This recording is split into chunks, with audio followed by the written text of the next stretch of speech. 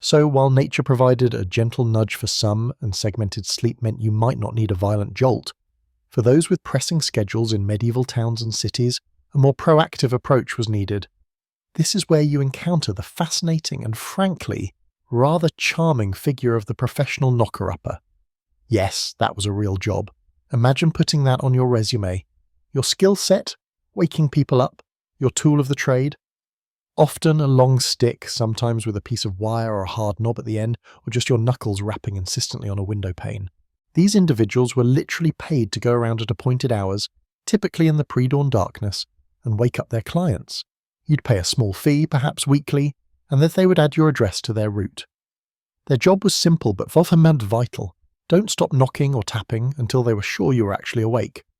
They couldn't just give it a gentle tap and move on. They had to ensure consciousness had returned to your weary soul. It's like a manual, persistent analog alarm clock that you couldn't just hit snooze on without incurring the wrath of a potentially disgruntled knocker-upper whose entire livelihood depended on efficiency and reliability. Picture yourself now back in that scratchy wool bed. The air is cold. Maybe you're still in that deep second sleep phase after the watch. Suddenly, a persistent tap, tap, tap echoes against the glass of your window. It's not a bird, not the wind. It's Cuthbert, the local knocker-upper, doing his rounds. You groan, maybe pull the blanket tighter, wishing for just 5 more minutes, but the tapping continues. Tap, tap, tip. A steady rhythm designed to penetrate even the most stubborn slumber. You know he won't leave until he sees a flicker of movement, perhaps the raising of a curtain, or even the appearance of your groggy face at the window, giving a sleepy nod of acknowledgement. This was a mainstream historical fact. Professional wake-up services existed, particularly in industrial towns later on, but their roots were firmly planted in the pre-mechanical era of the Middle Ages and early modern period, wherever timed work or duties demanded it. They were the human infrastructure of punctuality before machines took over. It wasn't a job for the faint of heart or the thin-skinned, as I imagine they received their fair share of muttered curses, and perhaps even the occasional chamber pot emptied in their general direction. Though hopefully, that last part is just my imagination adding some colourful, albeit unverified, detail. Beyond the dedicated knocker-upper, other community roles naturally served as timekeepers. The town watchman, whose job it was to patrol the streets at night for fire or crime, would often call out the hours. Their cries echoing through the dark alleys served not just as a reassurance of safety, but also as a temporal marker. You would hear the watchman call out 2 hours past midnight or 3 hours to dawn, and you could gauge the remaining sleep time or know that it was time for your watch period, or perhaps even that your agreed-upon wake-up time was drawing near.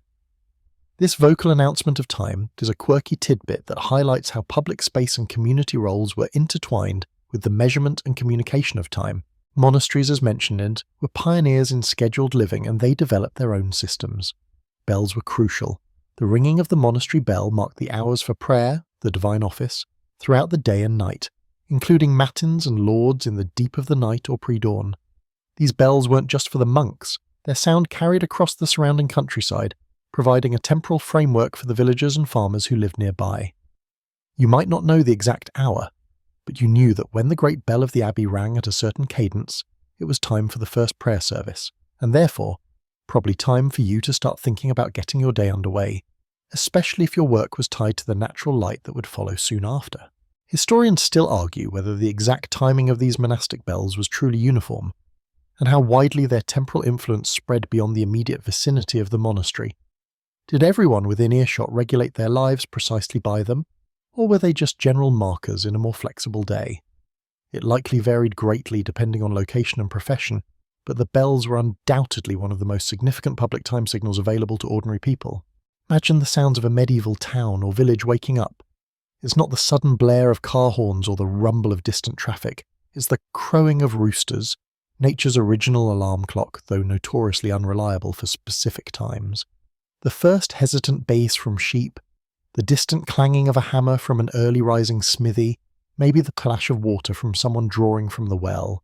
And if you lived somewhere with a knocker-upper service, that distinctive, rhythmic tapping on windows.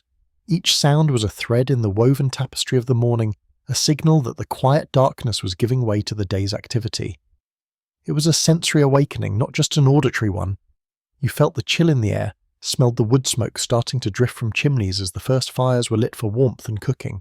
The human element in these alarm systems meant there was room for negotiation, for human error, and yes, for a bit of personality. Your knocker-upper might have a particular style of tapping, or perhaps exchange a quick word or joke through the window before moving on. It wasn't just a mechanical transaction, it was part of the social fabric of the community. They knew who were the heavy sleepers, who needed an extra long rap session on their window. Maybe they even developed a special code, 3 quick taps for Mr. Henderson, a slow, steady rhythm for Mrs. Higgins, who was a light sleeper. It adds a layer of unexpected warmth and human connection to the seemingly mundane task of waking up. Contrast this with our modern existence. My phone alarm doesn't know I had a late night.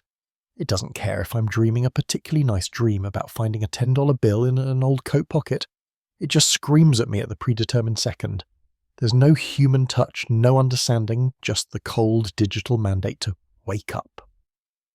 While undoubtedly more efficient and precise, something is perhaps lost in that transition from a human tap on the window to an impersonal digital beep. It's less like being gently guided into the day, and more like being forcibly ejected from sleep. The reliance on other people, whether professional wakers, watchmen, or bell ringers, also speaks to a different relationship with time itself. It wasn't a personal possession, something you tracked to the minute on your wrist. It was a shared resource, announced and managed collectively. Your waking wasn't solely your responsibility. It was part of a community rhythm dependent on the actions of others. And you, in turn, might be part of someone else's timekeeping. Perhaps the crowing of your prize-winning rooster was the signal for your neighbour to start their day. Beyond the paid services and the communal chimes, perhaps the most universally accessible wake-up calls in the medieval world were those provided by nature itself. Forget your digital sunrise simulator, you had the real deal, delivered daily and, let's be honest, completely free of charge. And chief among these natural timekeepers, the feathered friend we often associate with dawn, was the rooster. You hear that iconic cock-a-doodle-doo, though I imagine the medieval version was less Disney and more, well, just noisy, cutting through the pre-dawn quiet. It's ingrained in our cultural consciousness as the quintessential morning sound, and for good reason. Roosters do tend to crow as dawn approaches. Their internal clocks, regulated by light, signal the start of a new day. So imagine you're living in a small village. No church bell within earshot, no budget for Cuthbert the knocker-upper. Your primary alarm clock is Cornelius, the rooster in your yard, or perhaps Bartholomew down the lane. You're relying on his hormonal, light-sensitive vocalizations to know it's time to stir. He's not exactly set to daylight saving time, bless his little avian heart, but he's consistent enough to get you in the general ballpark of morning. You learn to anticipate his call, associating that first ragged sound with the slow creep of grey light outside your window. Of course, relying on a rooster isn't foolproof. Roosters, being the dramatic creatures they are, can crow at any time of day if they feel like it. Maybe a predator spooked them, maybe another rooster looked at them funny, maybe they just saw a particularly attractive hen. It's like an alarm clock that randomly goes off at 3 p.m. because it saw a squirrel, not the most reliable system for a tight schedule, but for a life largely dictated by the sun, it was often sufficient. You learn to interpret the type of crow, the time of night, and the context. Was it a startled squawk or the full-throated, deliberate call of dawn? It required a different kind of attention than glancing at a clock face. This brings us to the most fundamental and natural alarm, the light itself. As the sun began its slow ascent towards the horizon, the world outside your window changed. The deep blackness softened to grey, then to pale blues and pinks. Details in your room previously swallowed by shadow began to emerge. This gradual increase in illumination served as a powerful signal to your own body, a biological cue that it was time to wake.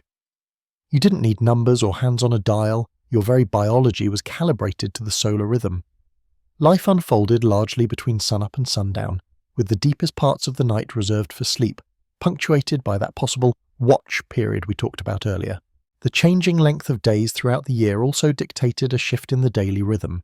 Summers meant longer working hours in the fields, days stretching out with the sunlight. Winters brought shorter, darker days, and activities would contract accordingly. This wasn't just a preference, it was an ecological necessity.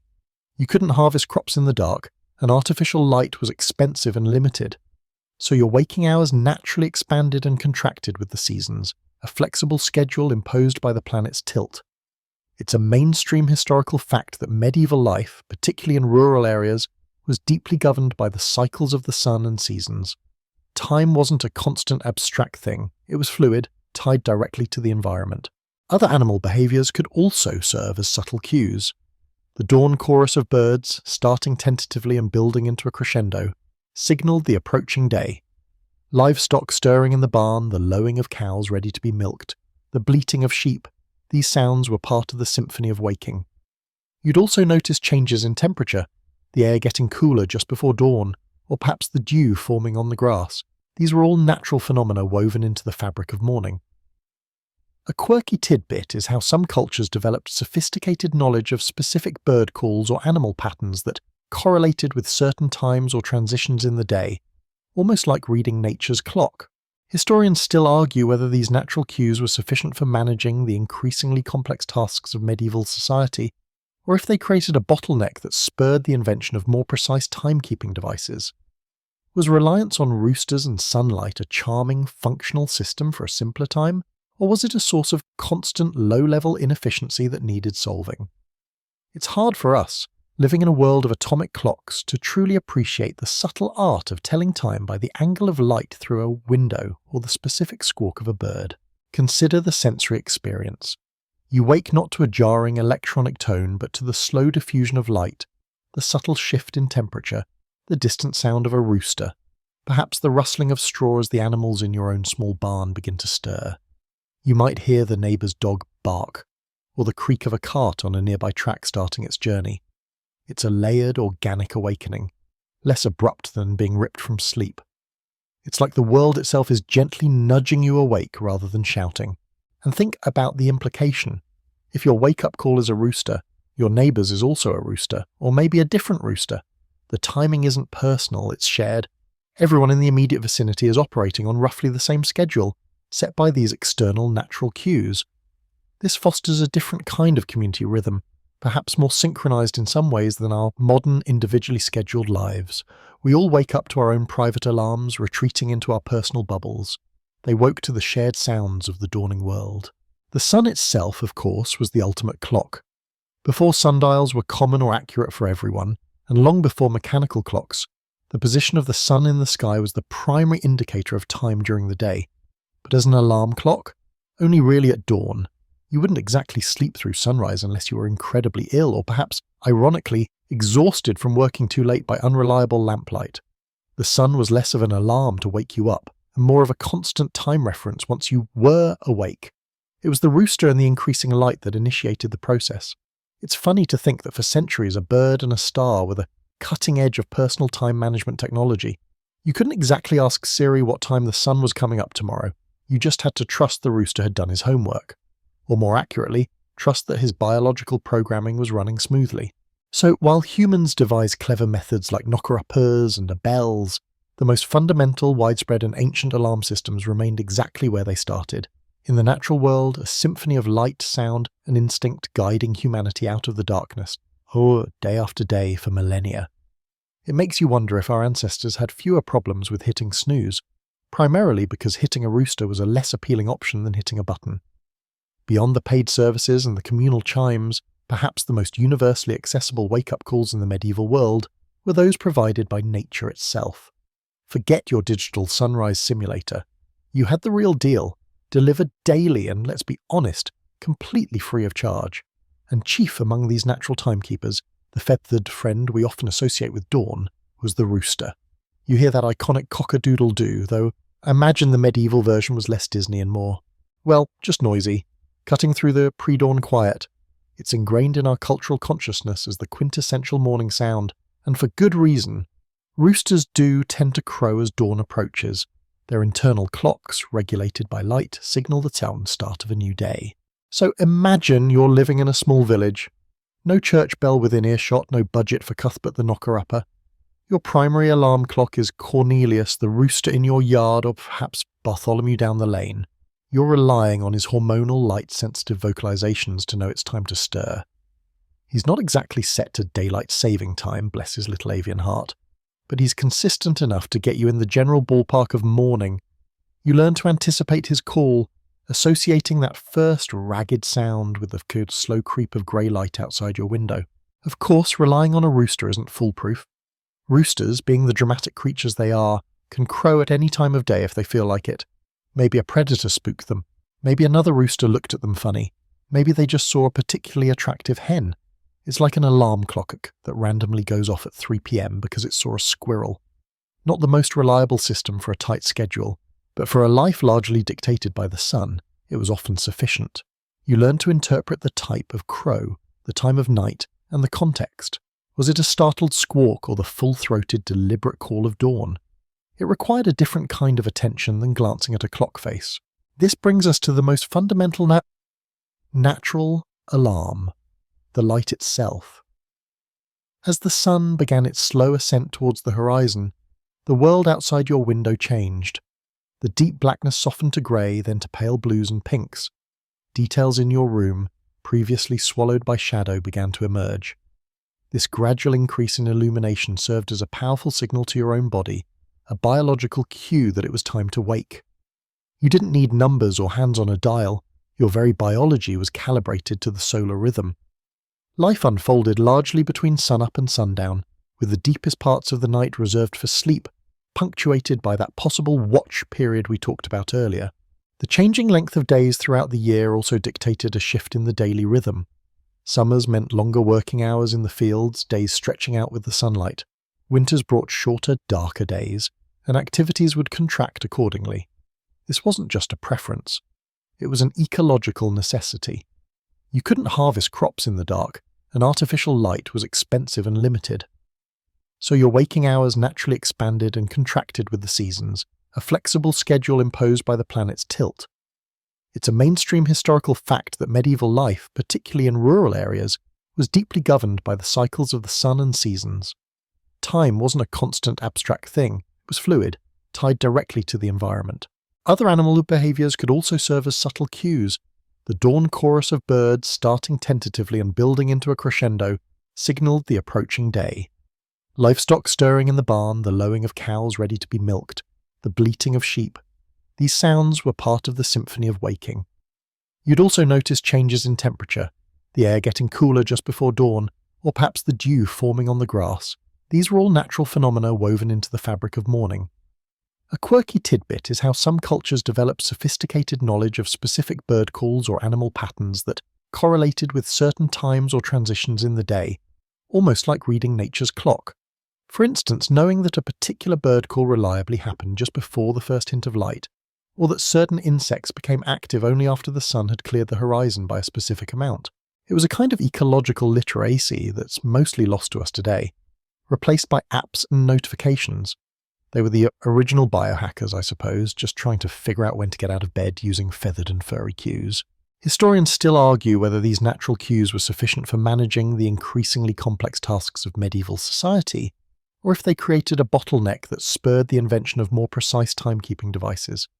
Was reliance on roosters and sunlight a charming, functional system for a simpler time, or was it a source of constant low-level inefficiency that needed solving? It's hard for us, living in a world of atomic clocks, to truly appreciate the subtle art of telling time by the angle of light through a window or the specific squawk of a bird. Perhaps the imprecision was simply accepted as part of life, like the unpredictability of the weather or the occasional rogue wave that soaked your laundry. Maybe they weren't trying to schedule their days in 15-minute increments. Maybe the rhythm of life just didn't demand that level of temporal granularity. Consider the sensory experience. You wake not to a jarring electronic tone, but to the slow diffusion of light, the subtle shift in temperature, the distant sound of a rooster, perhaps the rustling of straw as the animals in your own small barn begin to stir. You might hear the neighbour's dog bark, or the creak of a cart on a nearby track starting its journey. It's a layered, organic awakening, less abrupt than being ripped from sleep. It's like the world itself is gently nudging you awake rather than shouting. There's a certain peace in that, isn't there? A sense of being part of a larger natural cycle, rather than being yanked into consciousness by a manufactured jolt. And think about the implication. If your wake-up call is a rooster, your neighbour's is also a rooster, or maybe a different rooster. The timing isn't personal, it's shared. Everyone in the immediate vicinity is operating on roughly the same schedule, set by these external natural cues. This fosters a different kind of community rhythm, perhaps more synchronized in some ways than our modern, individually scheduled lives. We all wake up to our own private alarms, retreating into our personal bubbles. They woke to the shared sounds of the dawning world, a symphony of nature and quiet human stirring. It feels almost cozy, doesn't it? Like everyone is waking up together, sharing that quiet moment before the demands of the day begin. No fighting over who gets to shower first because you all got up at the same non-specific rooster and sunlight-determined time. The sun itself, of course, was the ultimate clock.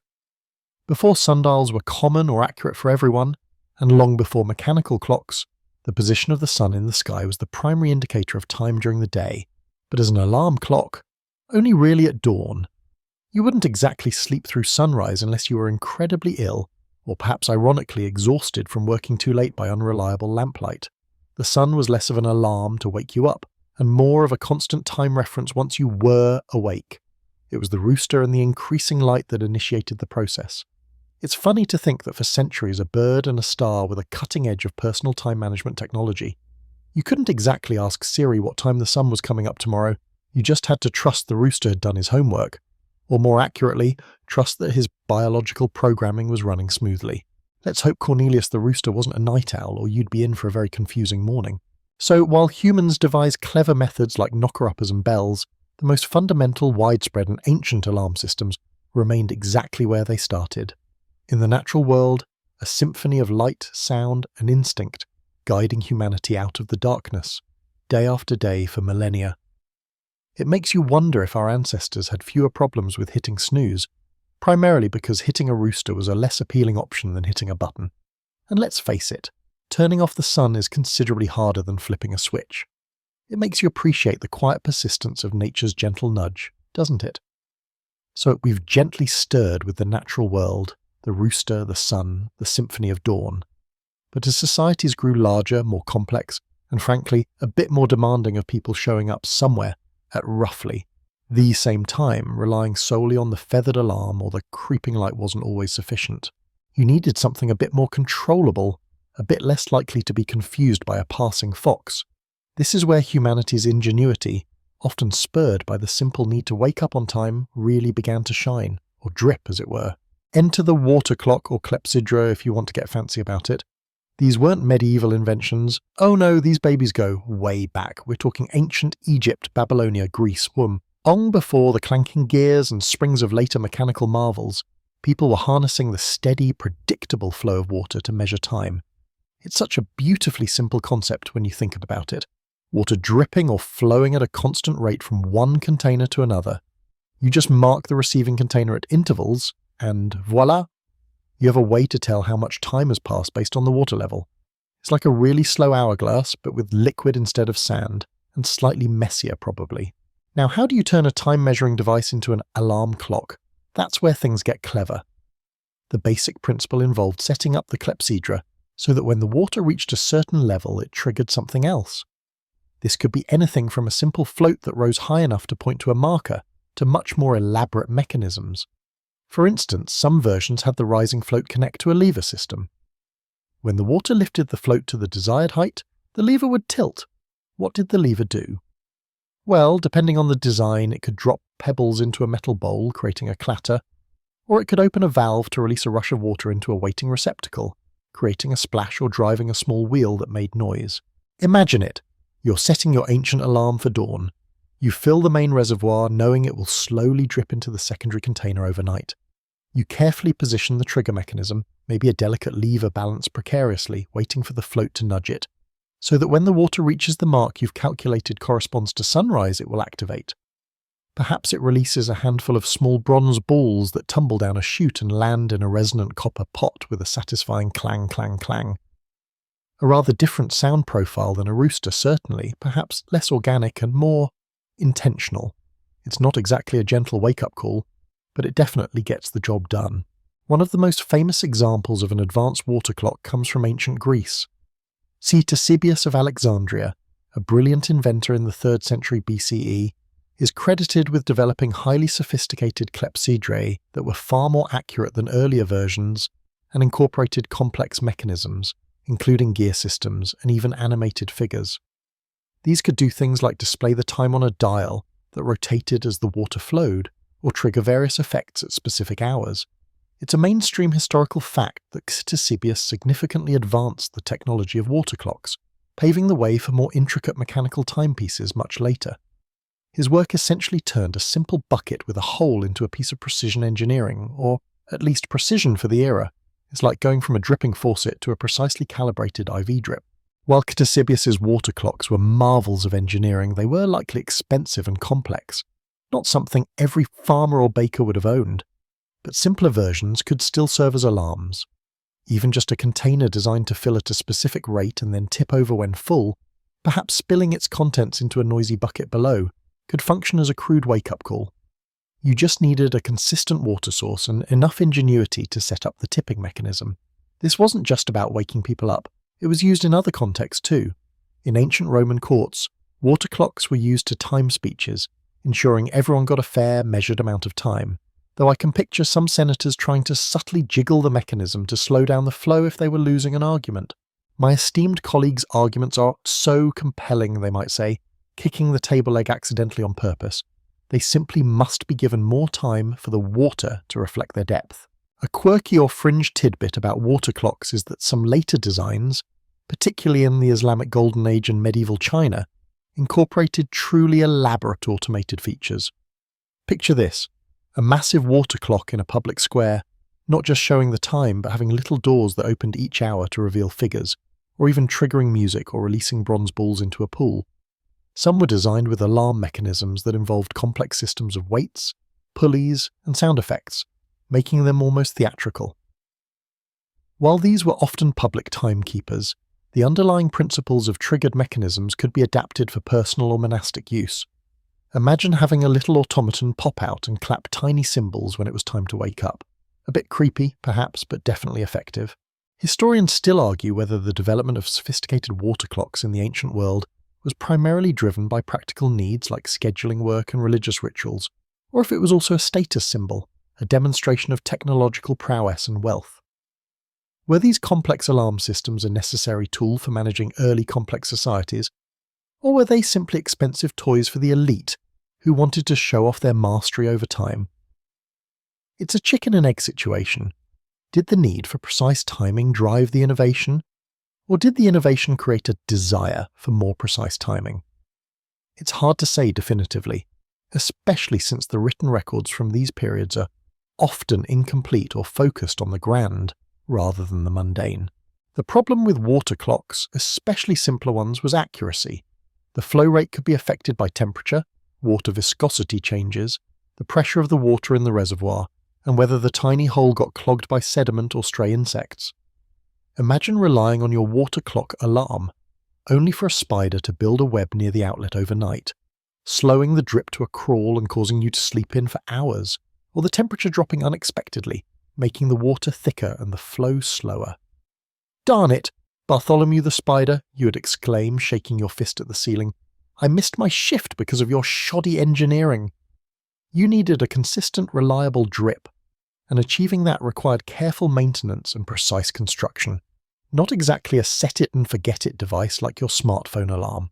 Despite their limitations, water clocks remained important timekeepers and potential alarm systems for millennia. Filling the gap between natural cues and the eventual rise of mechanical clocks, they represented a significant step forward, moving from observing natural phenomena to actively creating a predictable, measurable flow to track time. They were the cutting edge for centuries, the high-tech solution for anyone who needed to know what time it was when the sun wasn't visible, or the rooster was having an off day. They were the silent, steady tick-tock before the tick-tock actually existed, marking the passage of hours with their relentless, watery patience. And while we tend to think of them primarily for public squares or scientific use, their potential for triggering alarms is clear. That satisfying splash, the clatter of pebbles, the tiny cymbal-clapping automaton, these were the ancient world's attempts to yank you from slumber using the power of potential energy stored in a reservoir of water. It makes you appreciate the simplicity of pressing a button, doesn't it? Or maybe it makes you wish your alarm clock released a handful of pebbles. Could be fun, for about a day. So we've explored the steady drip of water, a clever way to measure time and even jolt you awake when the water level reached critical mass. But water wasn't the only element people pressed into service for timekeeping duties before mechanical clocks were common. If you didn't have a reliable, consistent water source, or if you lived somewhere it froze half the year, a distinct possibility in many parts of medieval Europe, you needed another option. Something perhaps a little warmer. Enter the candle clock. Yes, a candle. Simple, right? You take a candle, ideally one made relatively uniformly, and you mark it along its length with notches or lines. The idea is that the candle will burn down at a roughly consistent rate. As the wax melts and the wick is consumed, the flame descends, and you can tell how much time has passed by how many marks the flame has gone past. Its beautifully low tech relies on something readily available, if you had access to wax or tallow that is, and works in any weather where you can keep a flame lit.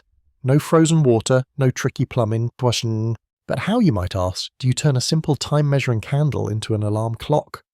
This is where the ingenuity really kicks in. The most common method was delightfully simple. You stick metal pins, or sometimes even just nails, into the side of the candle at the marks corresponding to the time you wanted to wake up. As the candle burned down and the wax melted away from the pin would lose its support and fall. Where did it fall, ideally, into a metal dish or bowl placed below the candle? Clink! That was your alarm. Imagine setting your candle alarm. You'd calculate how long you expected to sleep. Maybe 6 or 7 hours, depending on the season and how much manual labour your day demanded. You would light your carefully marked candle, perhaps made of good quality beeswax if you were well off, or smelly tallow if you weren't. Then you'd carefully press small metal pins into the wax at the 7-hour mark.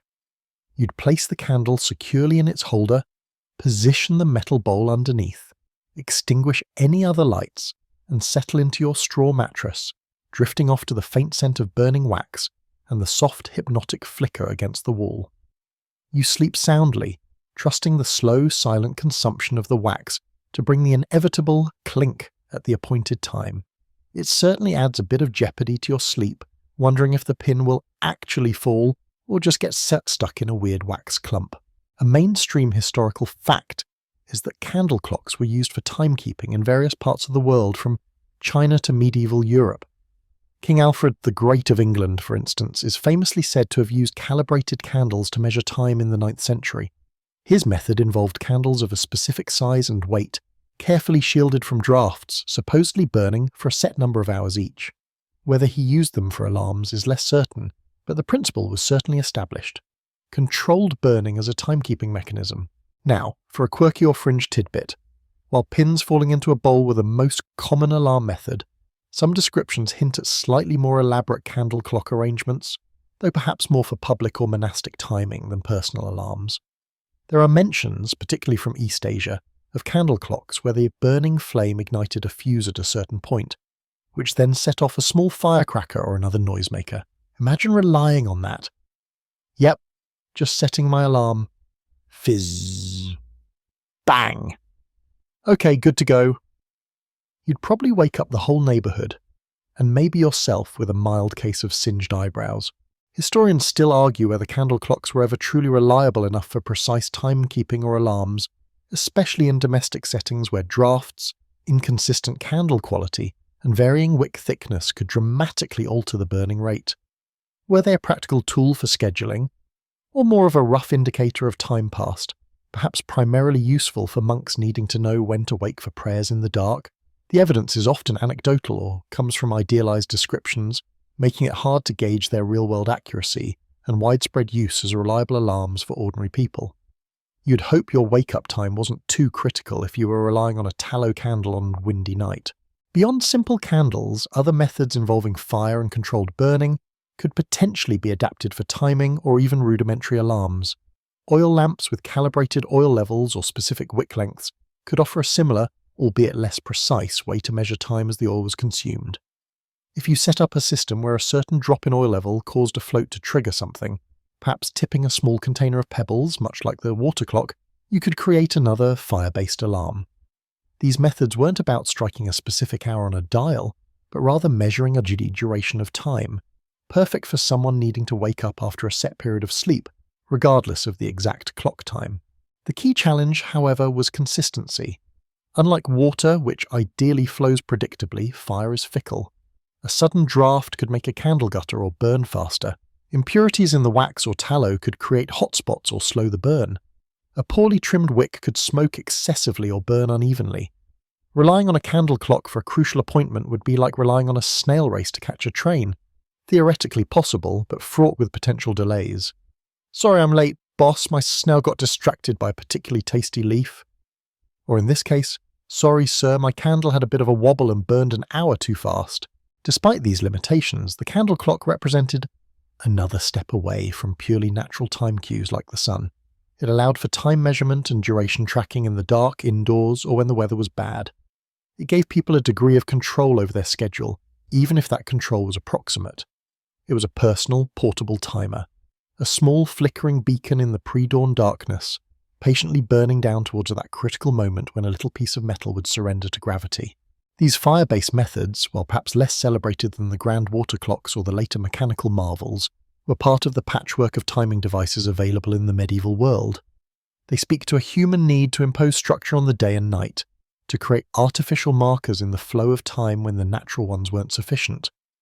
They show a willingness to use whatever was at hand, water, fire, even simple materials like wax and metal, to gain some measure of control over the schedule, ensuring you didn't sleep through matins, or miss your shift at the forge, or whatever else demanded your presence at an inconveniently early hour.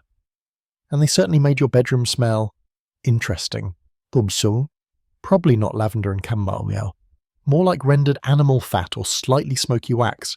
Sleep tight. So we've seen the cleverness in harnessing water and fire, trying to bend the elements to the task of timekeeping and waking you up. But let's be honest, relying on a dripping pot or a sputtering candle sounds a bit hit or miss, doesn't it? Especially if missing your wake-up call meant missing the start of the workday, incurring the wrath of your master. Or perhaps worse, sleeping through the only chance to get bread from the baker before it ran out. Sometimes you needed something a little more persistent, something with a pulse. This brings us neatly back to the mostly human part of the medieval alarm clock equation. Because for all the ingenuity of water drips and pin-dropping candles, the most reliable way to get someone out of bed at a specific time, especially in a busy workshop, a monastery, or later in early industrial settings, was to pay another human being to do it. This profession, often known as a knocker-up, or by various local names, was surprisingly enduring. Their job was simple, if not always easy. Go around and literally knock people awake. Think about it. You, perhaps a weaver who needs to be at your loom before dawn to catch the best light, or a labourer expected at the docks when the tide is right, make an arrangement with a local person. This person agrees to come to your window at the designated hour and make enough noise to rouse you from your slumber. It's a direct transaction. Sleep peacefully, knowing someone else is responsible for your rude awakening. A bit like outsourcing your morning misery, really. How did they do it? Well, the tools of the trade were straightforward, but effective. The most common was a long stick or pole, often made of bamboo or wood, which the knocker-up would use to tap or bang on the upstairs windows of their clients. This pole could be quite long, allowing them to reach second or even third-story windows from the street. Imagine the rhythmic tap-tap-tapping echoing down a narrow medieval street in the dark hours before sunrise. It wasn't subtle, and it wasn't gentle, but the point wasn't comfort, it was consciousness. Some knocker-ups had even more specific techniques. There are accounts of people using pea shooters, firing dried peas, or even small gravel against windows. This would create a sharp, distinct sound that was hard to ignore, and certainly less likely to break the glass than a hefty wooden pole wielded carelessly. A volley of peas against the pane, a rat-a-tat-tat, followed by the knocker-up calling out your name. It sounds almost charmingly low-tech, doesn't it? Like nature's tiny, annoying alarm pellets. Though you'd hope they used dried peas, not fresh ones. That could lead to some unexpectedly vibrant window displays. The knocker-up profession is a mainstream historical fact, well documented particularly during the Industrial Revolution, when shift work demanded precise timing for large numbers of factory workers. However, the practice has roots stretching back much earlier.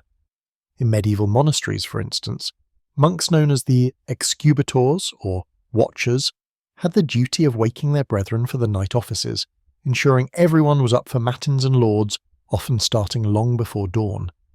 While not paid in the same way as later secular knocker-ups, their function was identical, a human alarm clock system. A quirky or fringe tidbit related to this is that some knocker-ups had distinct signals or routines for different households. One might always tap 3 times quickly, pause, then tap twice slowly, while another might use a specific whistle or call. This allowed people to know it was their knocker-up, reducing confusion in streets where multiple people might be offering the service. It was a personalised touch in a decidedly impersonal transaction. "Ah yes, that's Bartholomew's dawn woodpecker knock, time to face the day." It also meant you couldn't just sleepily assume the noise was for someone else. No, Bartholomew's woodpecker knew your window. Historians still argue whether the knocker-up system was truly efficient or merely a necessary evil in the absence of affordable, reliable mechanical alarms. While it provided a service, it was dependent on the knocker-up themselves being punctual, sober, and not oversleeping their own alarm or lack thereof. What if the knocker-up themselves felt under the weather? What if their dog ate their pole? What if they just decided to sleep in one particularly chilly morning? The whole system relied on the reliability of one individual to wake many. The cost of employing a knocker-up would vary depending on location, frequency, and perhaps even how difficult you were to wake up.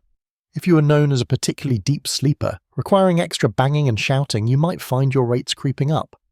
"Sorry mate, gotta charge you extra, you sleep like a log dropped from a great height."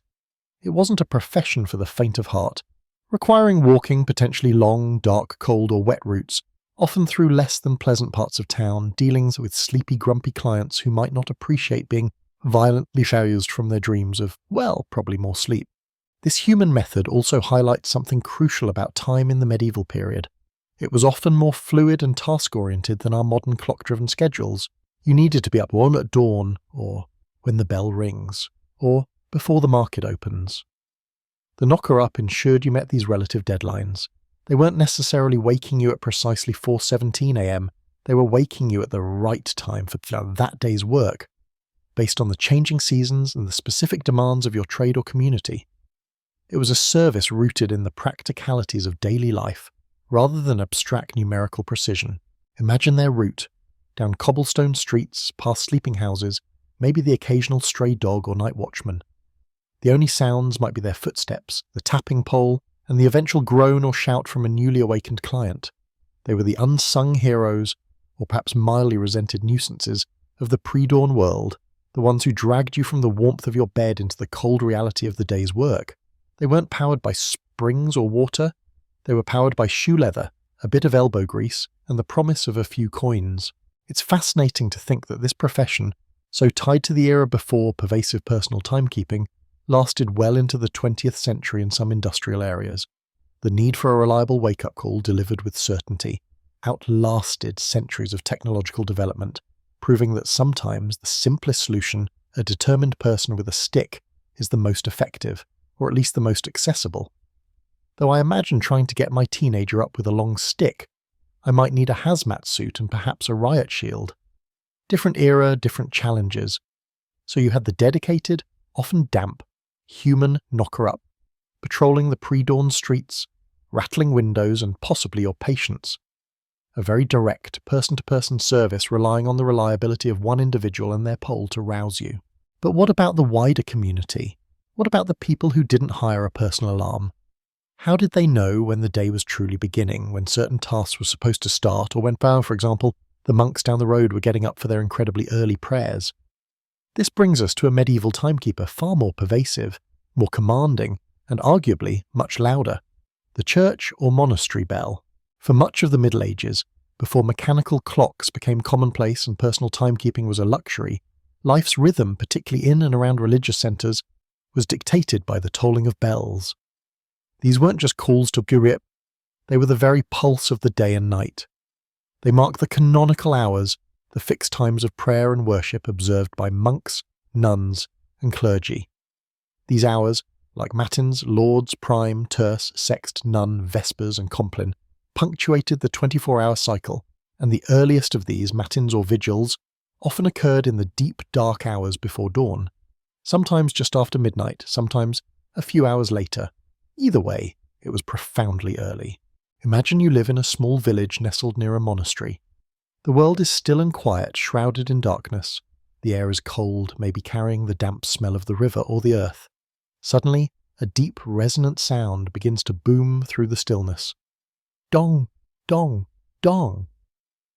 It's the great bell of the monastery church, a sound that carries across the fields into your small, often smoky dwelling. This isn't just a suggestion. It's a command, a signal that a new segment of the day has begun. For the monks, it's time to stumble out of their simple beds, pull on their habits, and head to the chapel for communal prayer. For you, living nearby, it might simply be a deeply ingrained part of the nocturnal soundscape. Or it could be the signal that the baker is about to start kneading dough, or that the market square will soon begin to stir. It was, in effect, the communal alarm clock for the entire area, whether you were religious or not. The practice of using bells to mark time is a mainstream historical fact fundamental to understanding the structure of daily life in medieval Europe, particularly from the Benedictine reforms onwards, which emphasized a strict timetable for spiritual and manual labor. These bells defined the horarium, the monastery's daily schedule. Getting up for matins, often called vigils, was perhaps the most challenging hour, requiring monks to break their sleep in the coldest part of the night. If they slept through it, well, there might not have been a knocker-up for monks, unless you count the monk who had to wake the other monks, but there were certainly penitences. Oversleeping was a failure to uphold one's sacred duty. A quirky or fringe tidbit relates to the types of bells and how they were rung. Larger, heavier bells produced a deeper, more resonant sound that carried further, often used for the most important hours like matins and vespers. Smaller bells might signal other, less formal events or prayers. The skill of the bell ringer was considerable. They had to know the correct sequence, the correct number of tolls, and the rhythm for each hour. In some places, variations in the ringing pattern might even convey additional information, a fire, a death, or a visitor. The bells weren't just noise, they were a form of audible communication, a complex code understood by the community. Imagine trying to learn the difference between the time to pray dong and the someone important just arrived ding dong. It was a language of vibrations in the air, and woe betide the novice bell ringer who mixed them up. Why is everyone rushing to the chapel carrying buckets? Oops, my bad, that was the fire signal, not the compline signal. Historians still argue whether the canonical hours and their corresponding bells were strictly adhered to in all monasteries and churches, or if there was significant variation based on location, wealth, or the laxity of the abbot or bishop. Were the bells always rung at the correct solar time, which itself varied, or were the hours adjusted seasonally? The reality was likely a mix, an ideal to strive for, but often adapted to local needs, available light, and, frankly, the dedication of the bell ringers themselves. It wasn't like they had a synchronized atomic clock to check against. The sound of the bells served multiple purposes. For the faithful, it was a call to prayer, a reminder of their spiritual obligations throughout the day. For the secular population, it was a marker of time for work, rest, and public life. Craftsmen might know that prime bell meant sunrise and the start of their day, while vespers signalled evening and the time to close up shop. The bells imposed a sense of order and regularity on a world that lacked standardized clocks. It was a top-down timekeeping system set by the religious authorities that permeated civilian life. It's kind of like how your smartphone gives you notifications for everything now, except instead of a little ping in your pocket, it was a giant, booming metal cup swinging in a tower, heard for miles, slightly less personal, much more majestic. The process of ringing these large bells was also a significant undertaking. It required considerable strength and coordination, often needing multiple people pulling on ropes. The bells themselves were immensely heavy and valuable, cast from bronze. Their construction and maintenance were major endeavours. A crack in the bell was a community crisis.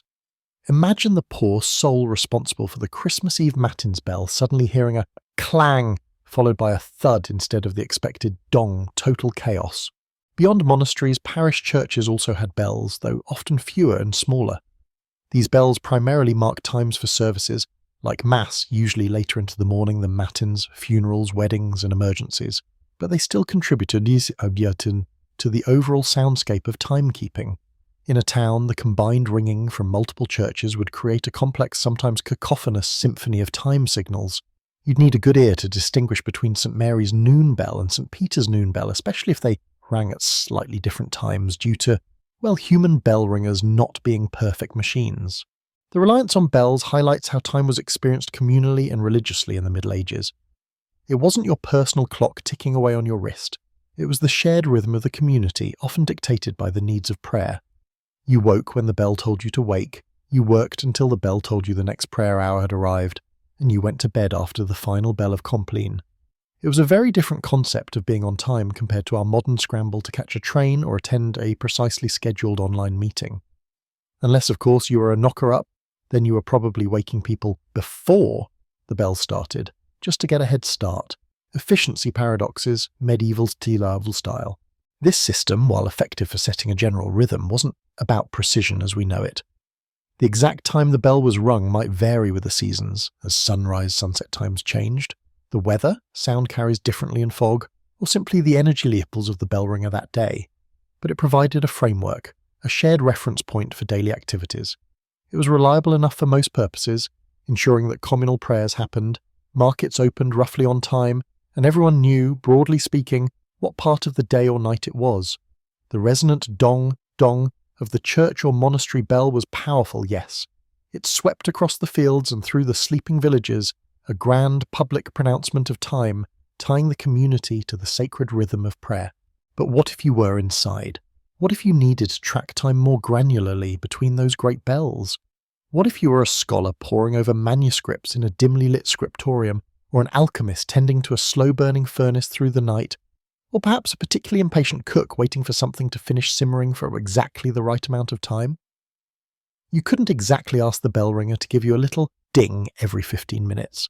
This is where other, more contained methods of timekeeping came into play, methods that had roots stretching back far into antiquity and saw something of a quiet resurgence in the medieval period: the water clock. You might have heard of water clocks, or clepsydrae as the ancient Greeks called them, devices that measured time by the regulated flow of liquid. They were ingenious, though often finicky, contraptions. The basic principle was simple. Water would drip or flow from one container into another, or out of one container at a steady rate, and markings on the receiving container, or the source container as it emptied, would indicate the passage of time. Think of it like a very slow, watery hourglass. Except instead of sand, it's water, and it flows out a tiny hole, ideally at a constant rate. Ideally, these weren't a medieval invention, not by a long shot. Civilizations from ancient Egypt, Babylon, India, China, Greece, and Rome had developed and used water clocks thousands of years before the medieval period we're talking about.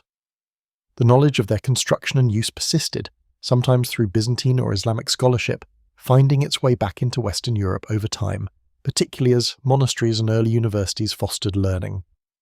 So while bells were medieval Europe's loud public timepiece, water clocks represented a more private, intellectual, and somewhat re-imported technology.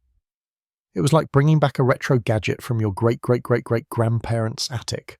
A mainstream historical fact is that sophisticated water clocks were indeed present in medieval Europe, particularly within monastic communities and wealthy, educated circles.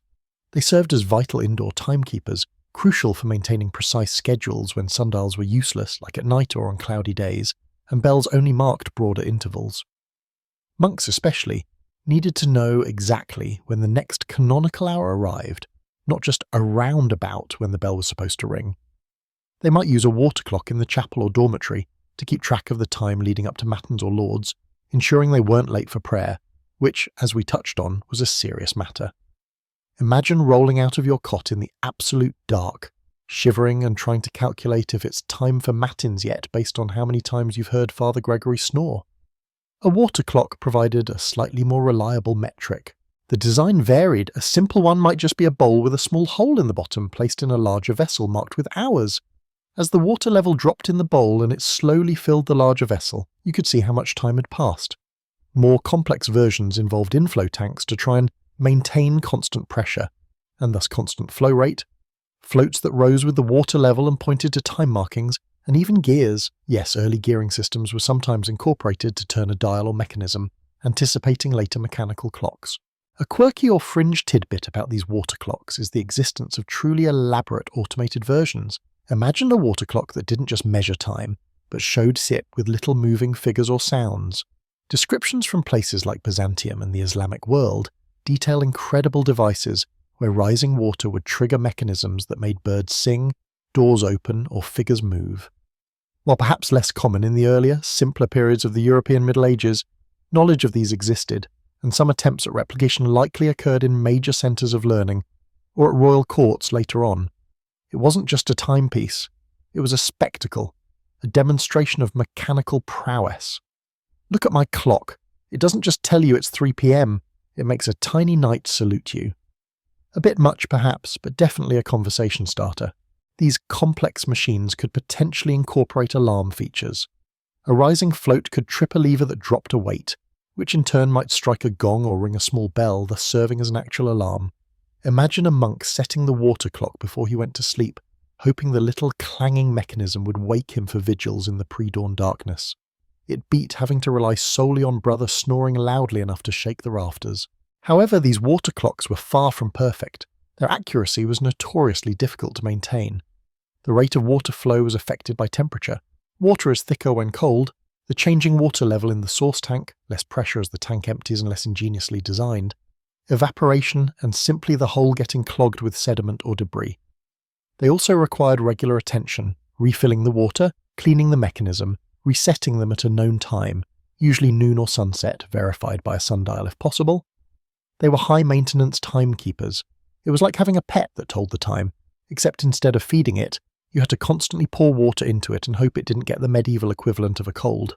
Historians still argue whether these water clocks were truly accurate enough for demanding tasks outside of basic timekeeping for prayer or study. Were the elaborate ones more than just toys for the elite? How cutulate were even the simpler versions used outside of monasteries and intellectual centres? The consensus is that while they were significant technological artefacts and crucial for specific contexts, like nighttime or indoors, they didn't provide the uniform, widespread, and easily replicated timekeeping that mechanical clocks eventually would. They were niche players compared to the omnipresent church bell. Using a water clock would have been a much more personal, focused way to track time than listening for the distant bells. You'd watch the water level creep up the side of the vessel, or the float slowly rise, a silent, steady march towards the next hour. It required proximity and observation, a contrast to the public soundscape of the bells. It was quiet persistence versus loud command. You weren't just passively receiving a time signal, you were actively engaged with the mechanism, watching the water do its slow, steady work. So you had the human knocker-ups for personalised wake-up calls, the mighty bells for communal announcements, and the somewhat finicky, ancient but reborn water clocks for more controlled indoor or nighttime timekeeping. Each filled a different need in a world that was slowly, imperfectly but persistently trying to get a handle on something as abstract and elusive as time itself. And all of them, in their own way, were precursors to the ticking, chiming, buzzing devices that now rule our lives. They show us that the quest for precise timekeeping and reliable alarms is a very, very old one. You could say, time flies when you're inventing ways to measure it. Okay, maybe not the best joke when we're trying to fall asleep, but you get the idea. So you had the public soundscape of bells and the private persistence of water clocks, but both had limitations, didn't they? Bells told everyone the general time, but weren't precise within the hour, and didn't help you in the quiet of your own cell or workshop. Water clocks were more personal and worked indoors or at night, but they were temperamental, leaky, and easily affected by things like temperature or dirt. Imagine trying to rely on a water clock to wake you up, exactly, for a midnight prayer service when it keeps randomly stopping because a fly drowned in it.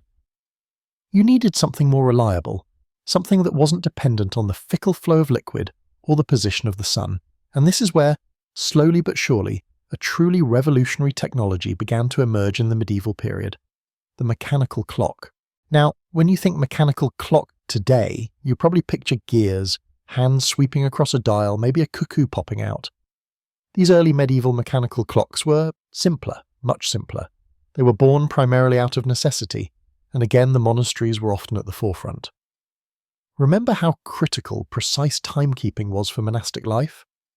They had specific times throughout the day and night for prayer, the canonical hours. Matins, lauds, prime, terce, sext, none, vespers, compline. Missing them was a big deal. Relying on sundials was useless at night or when it was cloudy, which, let's be honest, was a lot of the time in Northern Europe. Water clocks helped indoors, but they weren't accurate enough for the rigorous schedule monasteries aimed for. They needed a way to reliably mark these fixed prayer times, day and night, regardless of the weather. The breakthrough, the absolute game changer, was the development of the mechanical escapement. Now, without getting too deep into medieval physics, think of an escapement as the heart of a mechanical clock. It's the mechanism that allows a weight, or later a spring, to drive the clock's gears at a controlled rate. Imagine trying to lower a heavy weight using a rope. If you just let go, whoosh, it hits the floor. Not very useful for timekeeping. An escapement is like a clever brake that escapes or releases the power little by little, step by step. creating a regular rhythmic movement. The earliest known mechanical escapement in European clocks was the verge and foliot, which essentially involved a rod, the verge, with two pallets that alternately caught and released a toothed wheel, the escape wheel, while a horizontal bar, the foliot, with weights on it, swung back and forth like a primitive balance wheel, regulating the rate. It was clunky, it was noisy, and it wasn't super accurate by modern standards, but wow, did it work better than a leaky bucket. A mainstream historical fact is that the first true mechanical clocks appeared in Europe in the late 13th and early 14th centuries, primarily in monasteries or sometimes attached to churches or public buildings in major towns. Their primary function was to sound a bell to announce the canonical hours or other important times. These weren't personal wristwatches or even mantelpiece clocks. They were large, heavy pieces of machinery, often installed in towers. Imagine a room full of clanking gears, ropes, and heavy weights slowly descending. That was your early mechanical clock. It was less about showing the time on a dial, dials and hands came later, and more about telling the time by striking a bell. It was essentially an automated bell ringer, but one that followed a consistent mechanical rhythm, not just the whim of the monk on duty. The development was revolutionary because it provided a consistent self-regulating method of timekeeping, independent of natural phenomena, like sun or water flow. It required significant mechanical skill to build and maintain, representing a leap forward in medieval engineering. Think of the blacksmiths, locksmiths, and early mechanics who had to figure out how to forge and fit these intricate metal parts. It wasn't just a time-telling device. It was a testament to medieval ingenuity. Getting all those gears to mesh correctly and the escapement to tick-tock reliably must have felt like pure magic. You know, slightly oily, noisy magic. A quirky or fringe tidbit about these early mechanical clocks is that because they didn't have hands or faces initially, people knew the time only by the number of strikes from the clock's bell. This meant you had to be able to count the strikes, and since these clocks were often in distant towers, the sound could be muffled by weather or distance. Imagine trying to figure out if it was 7 a.m. or 8 a.m. solely by counting faint dongs while you're half asleep. It was a real test of your arithmetic skills and hearing. Was that 7, or was that just a cow mooing really loudly? Plus, they didn't automatically adjust for the changing length of day and night through the seasons. Unlike sundials or even some sophisticated water clocks calibrated for seasonal hours, so the hours they struck were often equal hours, which didn't always align with the church's use of seasonal hours, especially in winter. More work for the timekeepers to adjust them. Historians still argue about the exact origins and timeline of the invention of the crucial mechanical escapement. Was it invented simultaneously in different places? Was there a single lost inventor or monastery responsible? Was it an evolution of existing technologies? There's no single document that says, on this day, year of our Lord 1283, Brother Cuthbert invented the escapement and thus ruined everyone's ability to sleep in. Records are sparse, and the technology spread relatively quickly, making it hard to pinpoint the initial spark. It's one of those historical puzzles that keeps scholars happily debating over dusty manuscripts. You can picture them, fueled by lukewarm coffee, arguing over a faded drawing of a gear train. See? This must be the verge. Nonsense, that's clearly a drawing of a particularly complex medieval cheese press. Despite their clunkiness and initial limitations, no dials, fixed equal hours, maintenance headaches, these mechanical clocks were a profound development. They offered a stability and accuracy that water clocks couldn't match, especially for regularly scheduled events like prayer. They weren't cheap or widespread initially. Only wealthy institutions like cathedrals and major monasteries could afford them, and towns that could pool resources for a public clock in a tower. But their existence meant that time was beginning to be seen less as a flowing river, like water clocks, or a marker of natural cycles, sundials, and more as a series of discrete, measurable mechanical intervals. This marked a huge shift in how people perceived and organized their lives, even if they weren't yet carrying pocket watches. Imagine being in a monastery and hearing that new mechanical clock for the first time, the rhythmic tick-tock of the foliot, the whirring of the gears, leading up to the powerful clang of the bell in the tower. It must have sounded incredibly modern and authoritative, like the future arriving in noisy metallic form. It wasn't just an alarm clock, it was a statement of technological prowess and a tool for imposing order on the day. No more guessing, no more relying on Father Gregory's questionable snore-based time system. The machine would decide when it was time for matins. Resistance was futile. These early mechanical clocks laid the groundwork for everything that followed. The development of dials and hands, smaller clocks, watches, and eventually the atomic clocks that govern our GPS today. They were the first step away from human or natural timekeepers towards automated mechanical precision. And while they weren't designed to wake you up specifically in your bed, they were certainly waking up the community and changing the very rhythm of medieval life. So next time you hear a grandfather clock chime, remember its giant clanking ancestors high up in a medieval tower, patiently marking time for monks in the dark. So you had these early mechanical behemoths clanking away in monastery towers and occasionally in prominent town squares, dutifully striking bells at set intervals. They weren't exactly bedside companions yet, more like the town's grumpy metallic uncle who yelled the time from afar. But the technology didn't stay static.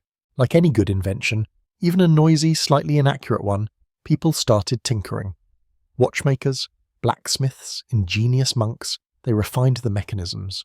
Gears got better, materials improved, and while they didn't shrink overnight to pocket size, mechanical clocks slowly started to become a bit more accessible, moving beyond just the wealthiest institutions. You begin to see mechanical clocks appearing in more town halls, in the homes of very wealthy merchants, and even in some of the larger, more prosperous guilds.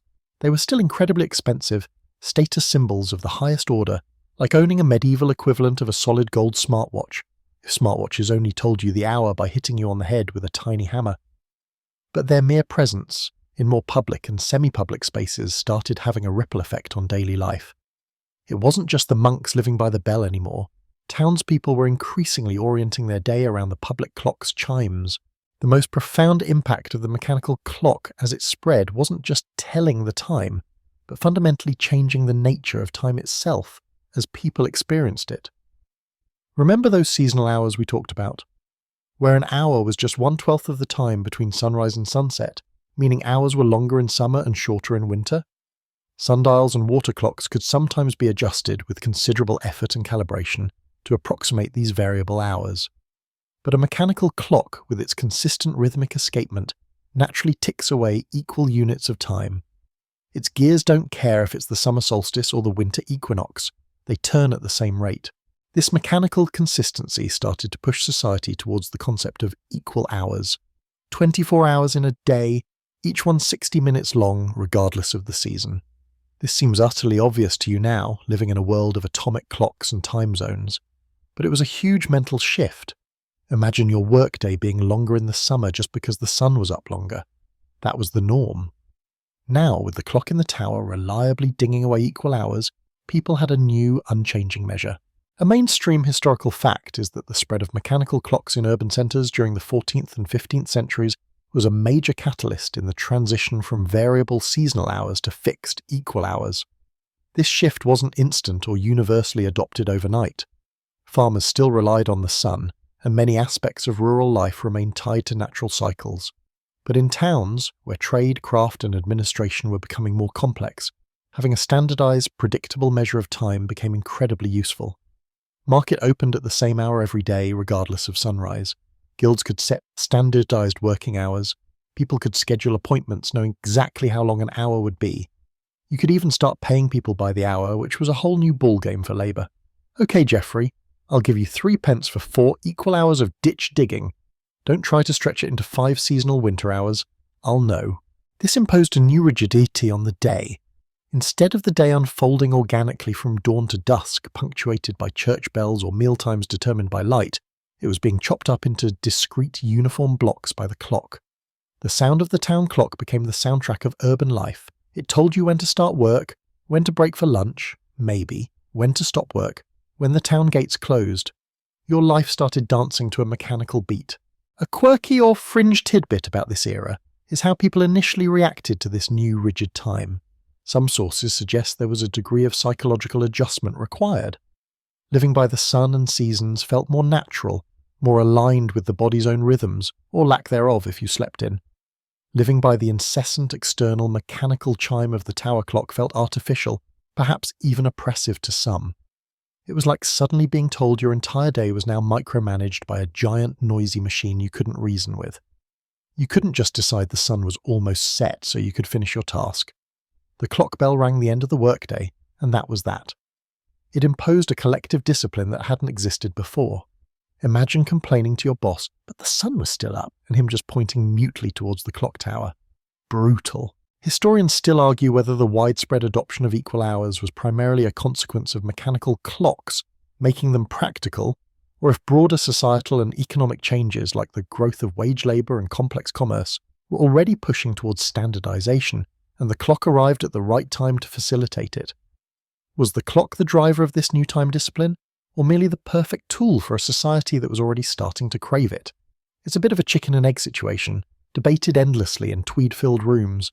Regardless of the exact cause and effect, the impact was undeniable. Time was becoming standardized, commodified, and more precise. While these weren't yet personal alarm clocks, they were certainly waking up medieval society to a new way of structuring its collective life.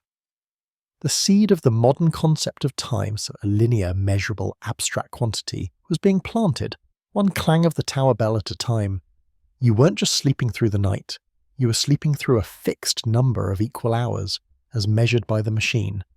And soon, that precision would start creeping even closer to where you lay your sleepy head. The journey towards personal timekeeping was well underway, even if it was currently being broadcast from a noisy box high above the rooftops.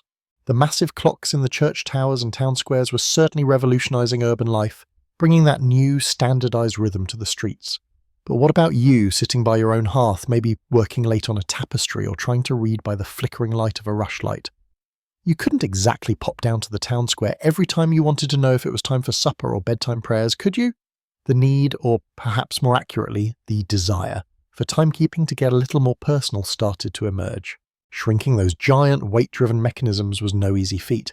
Imagine taking the gearbox of a modern truck and trying to fit it inside a shoebox using only tools from your grandfather's shed. That was roughly the challenge medieval clockmakers faced. The early tower clocks relied on heavy weights that needed to hang vertically, sometimes dropping dozens of feet to power the gears. You couldn't exactly carry that around or even put it on a table without drilling a massive hole in the floor. This is where a genuinely transformative invention came into play, the mainspring. Instead of relying on gravity and falling weights, clockmakers began experimenting with using a coiled spring that, as it unwound, would turn the gears. This was a monumental step towards portability, freeing the clock from its vertical dependence. Early springs were crude, prone to breaking, and had a terrible habit of delivering uneven power.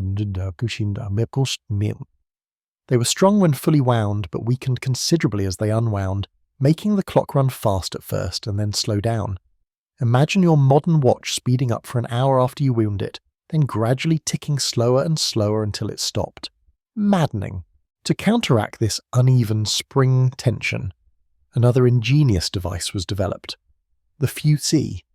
This was a conical, spirally grooved pulley connected to the mainspring barrel by a chain or cord. As the spring unwound and its power decreased, the chain would pull on a wider part of the cone, effectively giving the weakening spring greater leverage. It's like shifting gears on a bike. You use a bigger gear when your legs are tired to maintain the same speed. The fusee was a complex piece of engineering, difficult to manufacture precisely, but it was crucial for creating reasonably accurate spring-driven clocks. So, with the advent of the mainspring and the fusee, often working together, the first steps towards smaller, portable mechanical clocks were taken. When I say smaller, though, don't imagine something you could slip into your pocket. These early portable clocks were still substantial objects. Large table clocks, often weighing many pounds, housed in ornate cases of gilded brass, iron, or eventually more precious metals. They were mechanical marvels, intricate constructions of dozens, sometimes hundreds of tiny gears, levers, and pins. These weren't for the common folk, oh no. A mainstream historical fact is that the earliest spring-driven mechanical clocks suitable for personal or table use were incredibly expensive and were exclusively owned by the wealthiest members of society, royalty, high nobility, and exceptionally prosperous merchants or religious institutions. Owning one was a colossal status symbol, far more impressive than a fleet of luxury cars or a private jet today. It showed you had access to the very pinnacle of technology and craftsmanship. You didn't just have wealth, you had modernity, medieval style. You can imagine one of these sitting proudly on a carved oak table in a Lord Solar, its polished metal glinting in the firelight.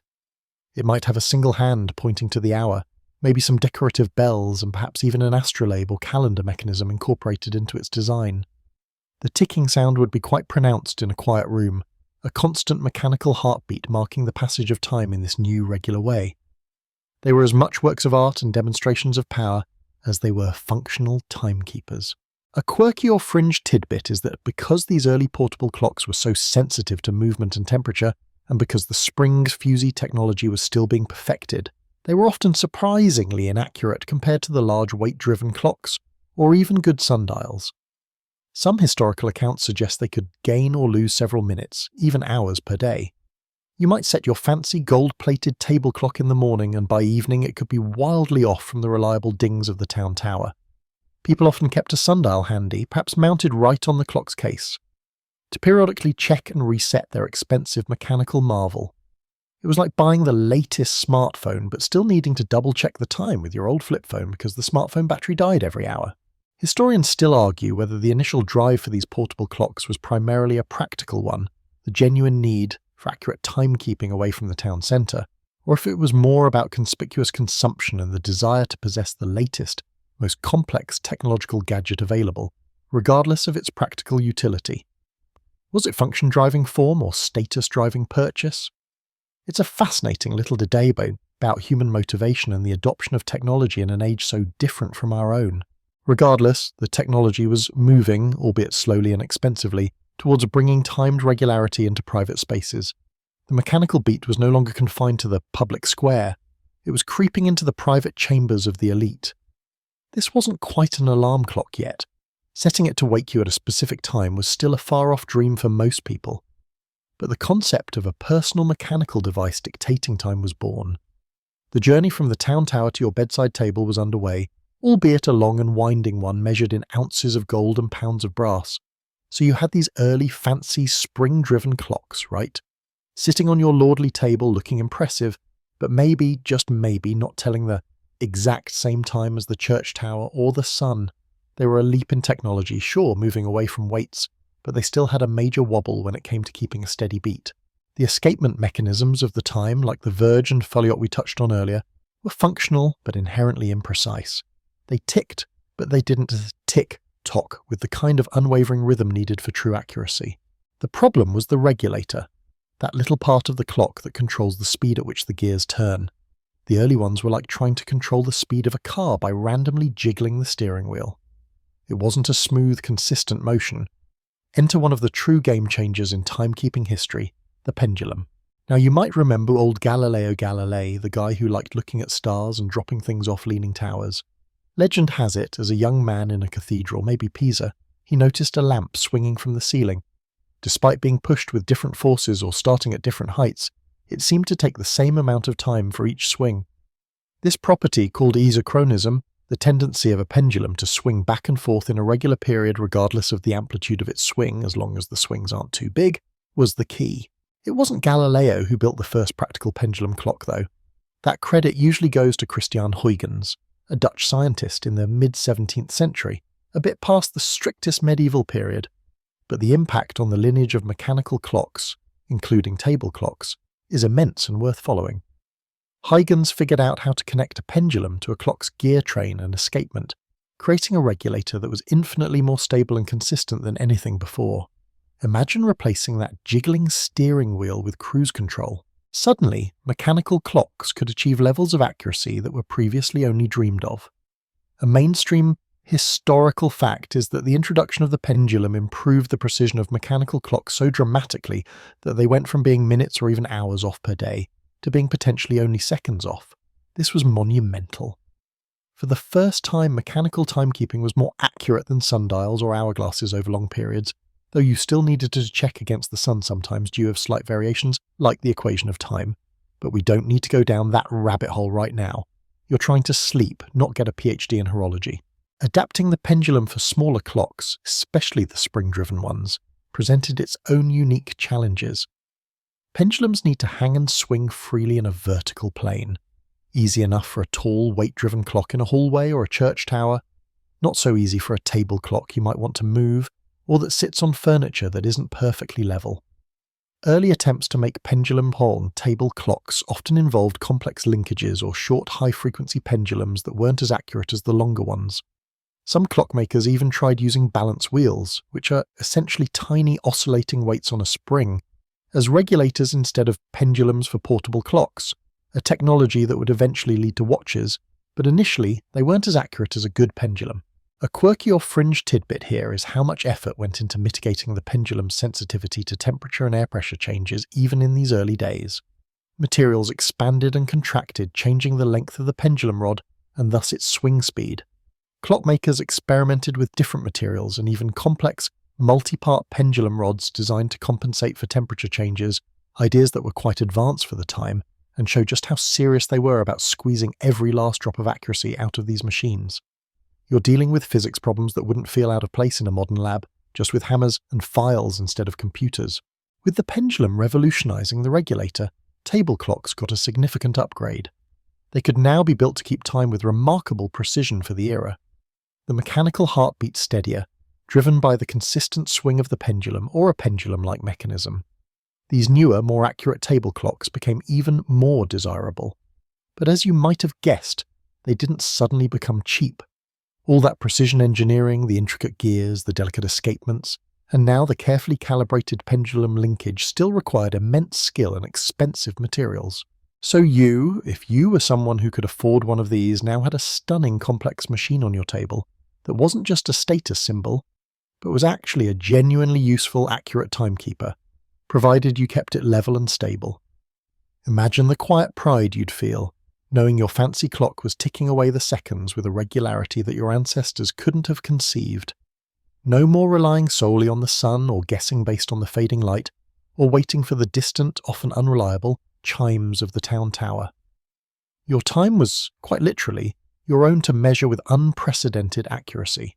Historians still argue whether the primary driver for improving these portable clocks with the pendulum was the practical need for navigation and scientific measurement, or if it was the ever-present human desire for greater precision and control over their environment, coupled with the conspicuous display of wealth and technological prowess. Was it science pushing technology, or was it luxury pulling it forward? It's another layer to the motivation behind these fascinating devices. The pendulum didn't instantly make alarm clocks widespread, but it perfected the core timekeeping mechanism that future alarm functions would rely upon. The table clock, enhanced by this revolutionary swinging weight, became the high-tech gadget of its day, a mechanical servant of time reserved for the privileged few. It represented a significant step towards bringing precise, personalized timekeeping out of the public domain and into the private lives of the elite, paving the way eventually for time to become a truly personal commodity. So you have this beautiful, accurate for the time mechanical clock sitting there. It tells you what hour it is, maybe even the minute if you're really fancy. It's a marvel of engineering, keeping time with the steady swing of its pendulum or the buzz of its balance wheel. But what if you didn't just want to know the time? What if you needed to be woken by the time? What if you had to get up for something specific, something that couldn't wait for the sun or the church bells? This is where the ingenious and often jarring addition of the alarm mechanism comes in. Adding an alarm to a mechanical clock wasn't just bolting on a whistle, it required a separate system, a whole other little engine inside the clock's case dedicated solely to making noise at a predetermined moment. Think of it like adding a separate smaller car engine to your main car, just so you could honk the horn on a timer. It needed its own power source, usually another mainspring wound separately from the timekeeping spring. You had to wind the timekeeping spring to make the clock run, and you had to wind the alarm spring to make the alarm capable of going off. Forget hitting snooze. You were dealing with manual overrides here. The core of these early mechanical alarms was simple: a hammer hitting a bell. Elegant in its brutality, really. The mechanism worked by having a wheel or the disc attached to the clock's main timekeeping train, specifically to the hour hand's shaft. On this wheel there would be a small pin or lever that you could set. You'd rotate this pin to the desired hour you wanted the alarm to sound. As the hour hand, and thus this wheel, slowly turned throughout the day or night, this pin would eventually reach a trigger mechanism. When the pin made contact with the trigger, it would release the energy stored in the wound alarm spring. This released energy would then power a small gear train, which in turn would rapidly oscillate a hammer. The hammer, positioned near a bell mounted either inside the clock's case or sometimes even on the top, would then frantically strike the bell. Ding, ding, ding, ding, ding. It wouldn't just ring once, it would typically ring continuously for a minute or two, or until the alarm spring unwound, or until you, in a sleepy stupor, managed to find the lever or pin to stop it. Imagine fumbling in the dark for a tiny metal bit while a bell is rattling your brain. Good times. So you would set the time on the main clock, then you would set the alarm pin or disc to the hour you needed to be roused. You'd wind both the time spring and the alarm spring, and then you'd hope the clock kept decent enough time, hope the alarm pin was set correctly, and hope the alarm spring had enough juice. A mainstream historical fact is that these early mechanical alarm clocks, though rudimentary by our standards, represented a significant step in personal time management, allowing individuals to reliably wake up at specific times independent of external cues like daylight or church services, even if primarily for the wealthy. The bells themselves varied. Some were small, tinkling things, perhaps sufficient for a light sleeper in a quiet room. Others were substantial, cast bronze affairs designed to cut through the thick silence of a medieval night or the sounds of a bustling household. You would choose your bell based on how desperately you needed to be woken, or perhaps just how much you enjoyed startling yourself or anyone else within earshot. A quirky or fringe tidbit is that some designs didn't just have a single hammer hitting the bell. Some had mechanisms that would make the clock itself vibrate or even rattle its case to add another layer to the rude awakening, because apparently just a bell wasn't enough for some people.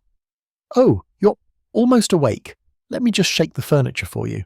Integrating these mechanisms into already complex mechanical clocks was no small feat.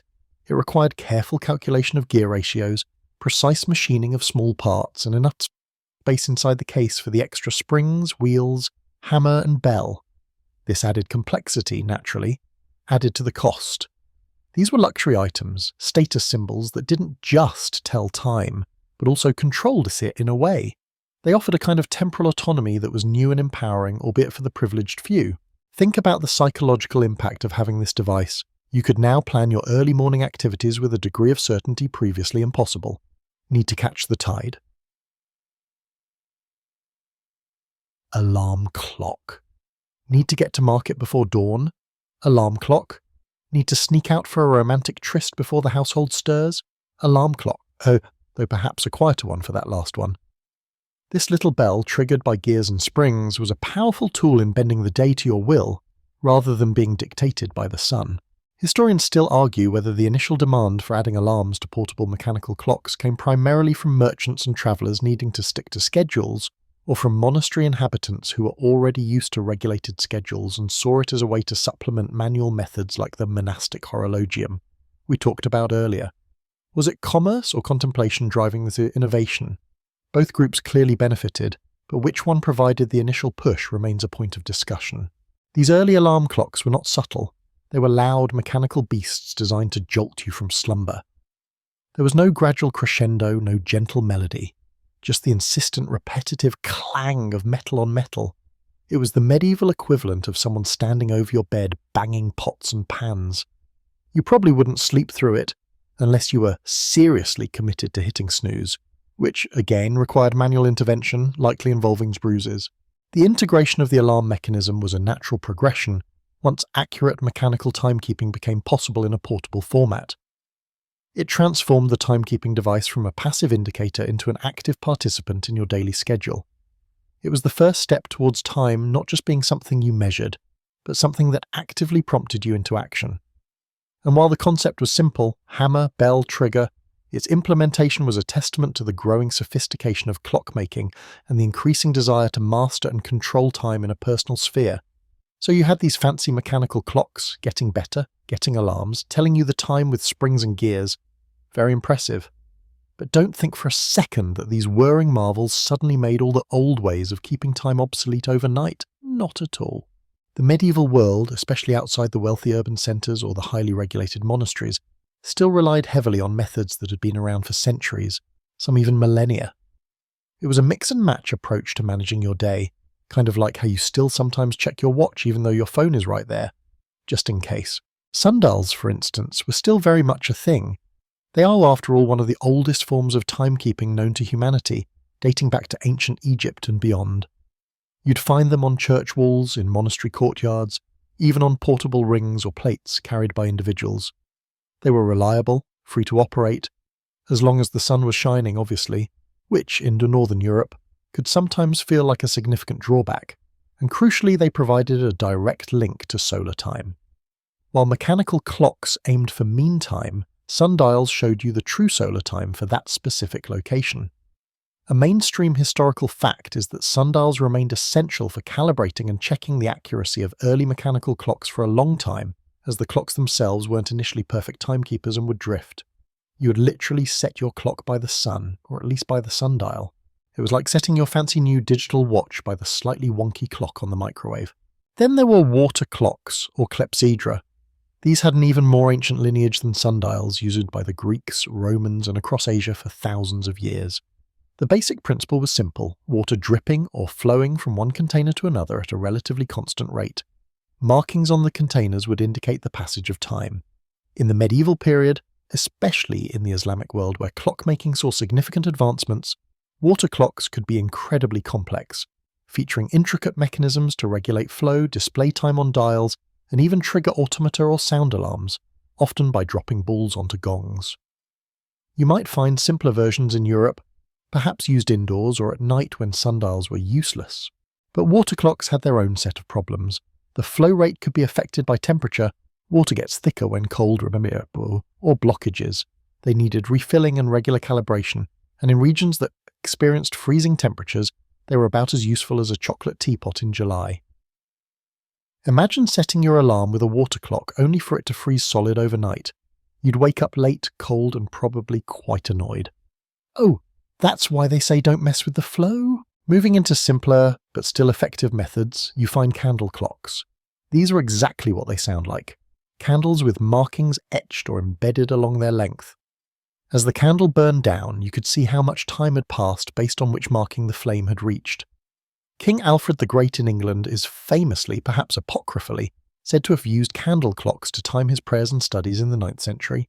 They were cheap, worked indoors, and provided a visual representation of time disappearing, literally going up in smoke. A quirky or fringe tidbit about candle clocks is that some designs reportedly incorporated weights or nails embedded in the wax at specific intervals. As the wax melted, the weight or nail would drop, often onto a metal plate or bell below, creating a simple, albeit slightly unpredictable, auditory alarm. It was the original drop and clang notification. Imagine trying to sleep through that, "Oh, car," the sudden plink as a nail hits metal. Probably not great for restful sleep, but effective at preventing you from oversleeping. Hourglasses filled with sand or sometimes powdered eggshells, because medieval ingenuity knows no bounds, were fantastic for measuring fixed intervals, but not for telling the actual time of day. You'd flip one to time a sermon, a cooking process, a guard duty shift, or maybe just see how long it takes your friend to tell the same tedious story again. They were simple, robust, and didn't require winding or sunlight. You just needed someone to remember to turn it over, which, depending on the medieval person, could be asking a lot. Beyond these physical devices, the community itself acted as a sort of collective clock. The ringing of church bells was a primary way people marked the major divisions of the day: matins, lauds, prime, terce, sext, nones, vespers, compline. These weren't just calls to prayer, they were public announcements of the time, orienting everyone to a shared rhythm. Remember how monks used the horologium to know when to ring the monastery bells? For the common folk outside the abbey walls, those bells were the time. You knew it was noon when the noon bell rang, not because you looked at a watch. Natural cycles also continued to govern life, especially in rural areas. The position of the sun, the length of shadows, the calls of birds, the milking times of cows, these were all organic cues that shaped the daily routine far more than precise hours and minutes. You didn't need an alarm clock to tell you the sun was rising or that twilight was fading. Your body and the world around you did that. Historians still argue whether the primary driver for developing personal, non-monastic timekeeping devices like portable sundials, sophisticated water clocks, or later portable mechanical clocks was the need for accurate navigation at sea, the demands of increasingly complex urban commerce, or simply the status symbol associated with owning such a marvel. Was it practicality, profit, or prestige that truly fueled the innovation beyond communal and natural time? It's a fascinating question to ponder as you drift off. So while the mechanical alarm clock we discussed was a high-tech gadget of its day, it existed within a world still using shadows, dripping water, burning candles, falling sand, and ringing bells to manage the day. Each method had its strengths and weaknesses, and for most people, a combination of these cues, alongside the ever-reliable human alarm, the person who just had to be up first, kept society ticking along even without snooze buttons. So you had the old ways persisting, the sundials, the water, the candles, the bells, alongside the fancy new mechanical clocks. And through it all, the human element, the original biological alarm clock, remained crucial. Even as mechanical clocks became more common in public spaces and eventually in wealthier homes, the need for someone to actually wake you up didn't entirely vanish. Think about it. Clock can tell you the time, but it can't nudge you awake when you're sleeping through its chimes, especially in a noisy world or if you're particularly exhausted from, say, a long day of surfing or trying to explain to your neighbour that his chicken is not actually a dragon. The legacy of the human alarm persisted long after the medieval period ended. As the Industrial Revolution dawned and people moved into cities to work in factories with strict schedules, being on time became absolutely critical for keeping your job. Oversleeping wasn't just inconvenient anymore. It could mean financial ruin. And guess what? Early mechanical alarm clocks weren't exactly ubiquitous, affordable, or reliable enough for the working classes. So the profession of the knocker-up emerged. These were people, often elderly men or women, hired to go around early in the morning and literally knock on the doors or windows of their clients until they woke up. They'd use sticks, sometimes long poles for upper windows, or even pebbles thrown gently against the glass. It's the ultimate concierge service, medieval edition. A mainstream historical fact is that the profession of knocker-ups was common in industrial Britain and Ireland well into the early 20th century, a direct descendant of the medieval practice of one person being responsible for waking others. This highlights how profoundly different the relationship with time was. Time wasn't just a personal measurement, it was often a shared, communal experience, enforced by human interaction. Your neighbour woke you, the bell ringer woke the town, the monk woke the monastery. It required coordination, trust, and a certain amount of mutual dependency. You relied on someone else's wakefulness, just as they might rely on yours for something else. It's a far cry from setting a silent alarm on your phone and hoping the vibration under your pillow does the trick, isn't it? The shift from relying on human or natural cues to purely mechanical time was incredibly slow and uneven. For centuries, accurate personal timekeeping remained a luxury. The widespread adoption of mechanical clocks, then watches, and the standardization of time across regions, which didn't really happen until the railways needed reliable schedules in the 19th century, fundamentally changed human behavior and society. Time became a commodity, something precise to be measured, saved, and spent. The casual, flexible rhythm of agrarian life, dictated by the sun and seasons and punctuated by bells and shouts, gradually gave way to the rigid tick-tock of the machine age. A quirky or fringe tidbit is that some monastery schedules were so precise that monks would even use astronomical calculations to adjust their wake-up times throughout the year. Depending on the season and the changing length of the night, the horologium keeper might need to calculate different intervals to ensure matins happened at the exact right time before dawn. It wasn't just about ringing a bell, it was about performing a daily ritual precisely calibrated to the movements of the heavens, a level of dedication you don't usually associate with hitting the snooze button. The transition wasn't without its challenges. Suddenly, everyone had to be accountable to the clock. It wasn't just monks or scholars or wealthy merchants anymore. Factory workers, clerks, even school children had to conform to external mechanical time. This imposed discipline, though, was a major social change, leading to new forms of anxiety like being late and resistance. Historians still argue whether the rise of precise mechanical timekeeping was a primary driver of modern efficiency and productivity, or simply a tool adopted because societal needs, like manufacturing and transportation, were already evolving in ways that demanded greater temporal coordination. Was the clock the cause, or merely a symptom of modernity's obsession with measuring every moment? You can imagine the disruption. For generations, your day was shaped by daylight chores, prayer times, and the occasional communal event. Then suddenly, you're expected to show up at a gate at 6 a.m. sharp, regardless of the weather or how you feel. The human alarm, the knocker-up, was a bridge in this transition, offering a human touch to the new demanding mechanical schedule. They were the last echoes of a time when waking up was a responsibility shared within a community, not just a lonely battle against your own internal clock or a persistent electronic beep. Ultimately, the story of medieval alarm clocks is a window into how society grappled with organizing its most fundamental resource, time. From the disciplined routines of the monastery, where every hour was dedicated to God, to the practical needs of the worker needing to rise before dawn, the solutions they devised, whether complex water mechanisms or simple human shouts, reveal their ingenuity and their relationship with the natural and social world around them. They remind us that the devices we use to manage our lives are deeply embedded in our culture and our values, and perhaps, just perhaps, the idea of a human quietly ensuring you start your day instead of a jarring electronic noise sounds rather appealing right about now. Now, as the echoes of those ancient bells and human calls begin to fade, and the images of monks measuring water or a knocker-up tapping gently on a window pane soften around the edges, feel the weight of the day start to lift from your shoulders. The demands of modern time, the relentless tick-tock of schedules and deadlines, can seem so loud sometimes.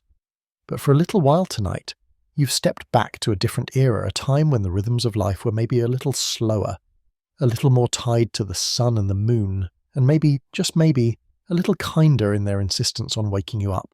Allow your breath to deepen, slowing down just like the sands in an ancient hourglass settling at the bottom.